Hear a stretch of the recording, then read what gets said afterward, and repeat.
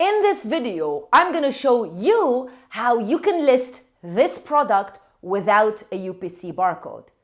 Should you or shouldn't you list without a UPC barcode? What exactly is a GTIN exemption for brands and branded products, and how you can apply that to your own account on Amazon? So many more things that we're going to be going through. So if you're ready, let's get to work.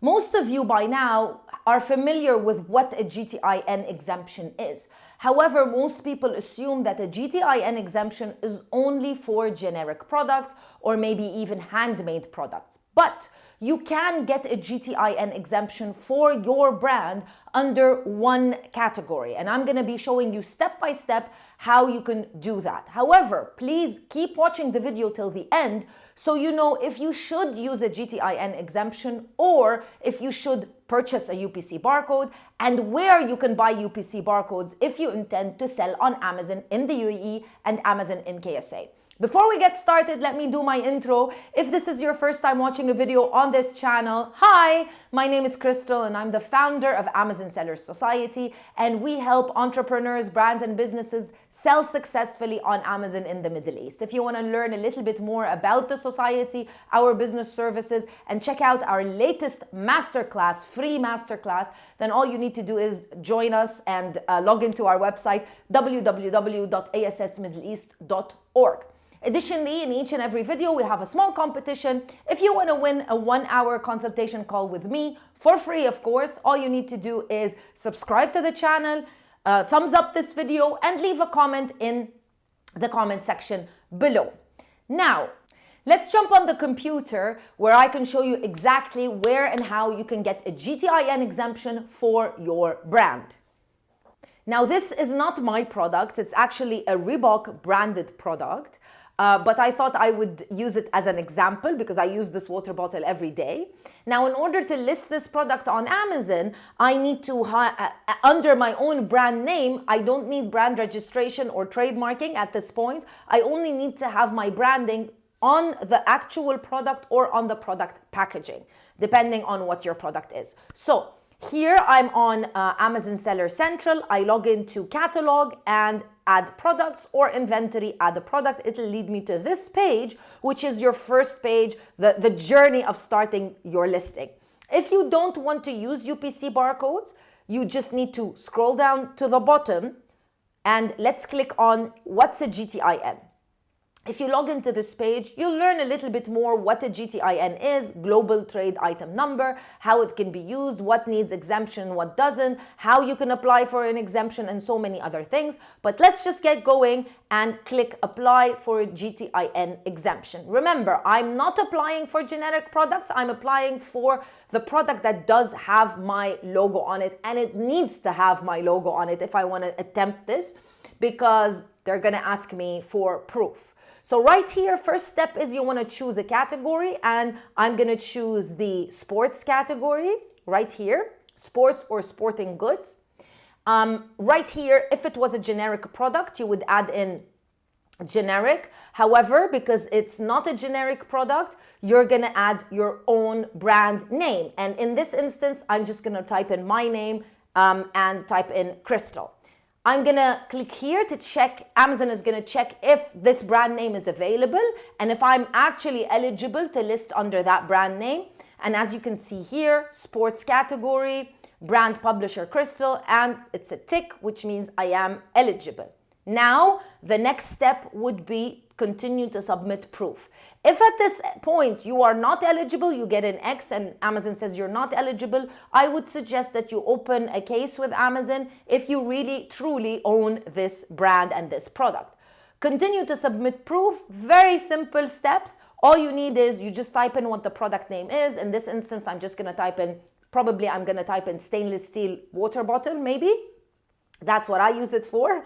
And upload product images. So you have 3 images that you need to upload. The images, of course, need to be real images. They shouldn't be photoshopped images, for example. They need to be you If the product is physically with you, then you can easily do it. You can just hold the product in your hand and take really clear images whereby showcasing the logo. Mostly what Amazon is looking for, they're looking for the actual branding on the product rather than what the product is.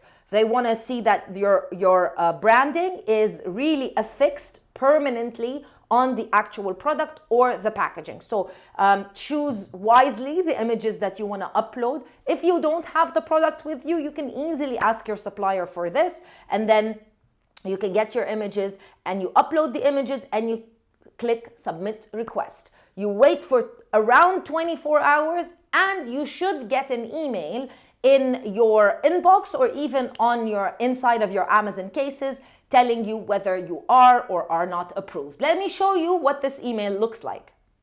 So this is the email that you will get in your cases. It might look a little bit different, but this is kind of what the email looks like. And it not only says that GTI exemption is for the full sports category, as you can see here, it says that the validity is unlimited, meaning I can use it forever. As long as I'm selling under the sports category, I can always use my brand Crystal under the sports category without a GTIN barcode, okay? So I'm using Crystal, my brand name, without the need of a barcode. Is it a good thing or is it a bad thing? Remember to keep watching so we can break it down so you can know if you should or shouldn't use a GTIN exemption. Great. Now, the next step is to show you how you can list your product and what the difference would be versus using a UPC barcode. So let's go back to the first page, which is add a product. And in this instance, I'm going to say I'm adding a product not sold on Amazon, of course, because, you know, this is a new product. I'm just going to type in here sporting goods just to find the category quickly. So here it is, sporting goods. I'm just going to choose anyone just so we can have a clear example of what it looks like. And as you can see here, normally next to the product ID, you've got the asterisk here, the star asterisk right here normally, because Amazon do require a product ID for each and every product that is listed in the Amazon catalog. However, for this product, you'll see because I already got the GTIN exemption for this category under my own brand name, then it's completely empty. So I don't need to add anything. And after you fill out all the information required and you click save and finish, what's going to end up happening is Amazon is going to replace the empty slot with your actual ASIN. So you will see your ASIN in the product ID. It's a very simple way to get yourself to get a GTI exemption for your brand, and it's very convenient, especially if you are selling multiple products under the same category, all under your own name. Now you know how to list your branded product using GTIN exemption without the need for a UPC barcode. But the question remains, should you or shouldn't you? Is a UPC barcode something important? Of course, as you are quite aware, Amazon, there's no real rules and regulations where you can figure out if you should or shouldn't do a GTIN exemption. But quite simply, a UPC barcode is something that is very important if you intend to sell in brick and mortar and in retail later on. You do need a barcode, or if you intend to even sell on your own platform or different marketplaces as well. So a barcode, remember, is an identification for your particular product. Without a barcode, how are you going to identify it? So GTIN exemption is very important. It's very easy, and it's a very easy thing that can help you not go through the UPC barcode process if you intend to only sell on Amazon. Later on, you can switch from a GTIN exemption to a UPC barcode, and you can do all of that, of course, but it will be a hassle. So make sure that you decide GTIN or UPC based on what your vision for your business is.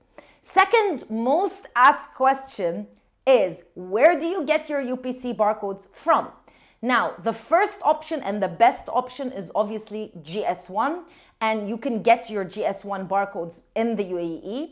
The only downfall is, number one, you need to have a business license, and number two, you need to purchase quite a large amount You can't purchase just one barcode. It's quite a large amount, so it will be a little bit expensive. However, the good thing is the barcodes are going to be registered under your name, and definitely you're not going to have any issues with Amazon when you want to list your products. The other option would be to get barcodes from verified resellers such as Nationwide Barcode, Barcode Mania, Snap UPC. There are a lot of websites that they physically purchase barcodes from GS1 in bulk and sell them in units. So that's why they are able to sell you one barcode. Now you will probably get an issue with Amazon when you try to use this type of barcode on your listing, but all you need to do is open a case with Amazon and show them the UPC barcode and verify that it is a correct UPC barcode that nobody else has used. So it'll have an additional step which might scare you, and you might think, oh my God, the barcode that I bought from Nationwide or these resellers is actually not good.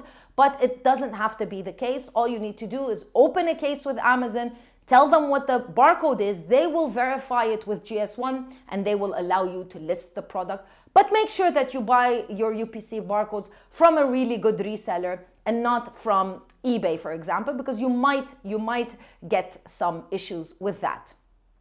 And that's it for this video. I hope it was helpful. Make sure you click the thumbs up button so YouTube can share this video with other like-minded people. And I will see you in another video with more information. Bye.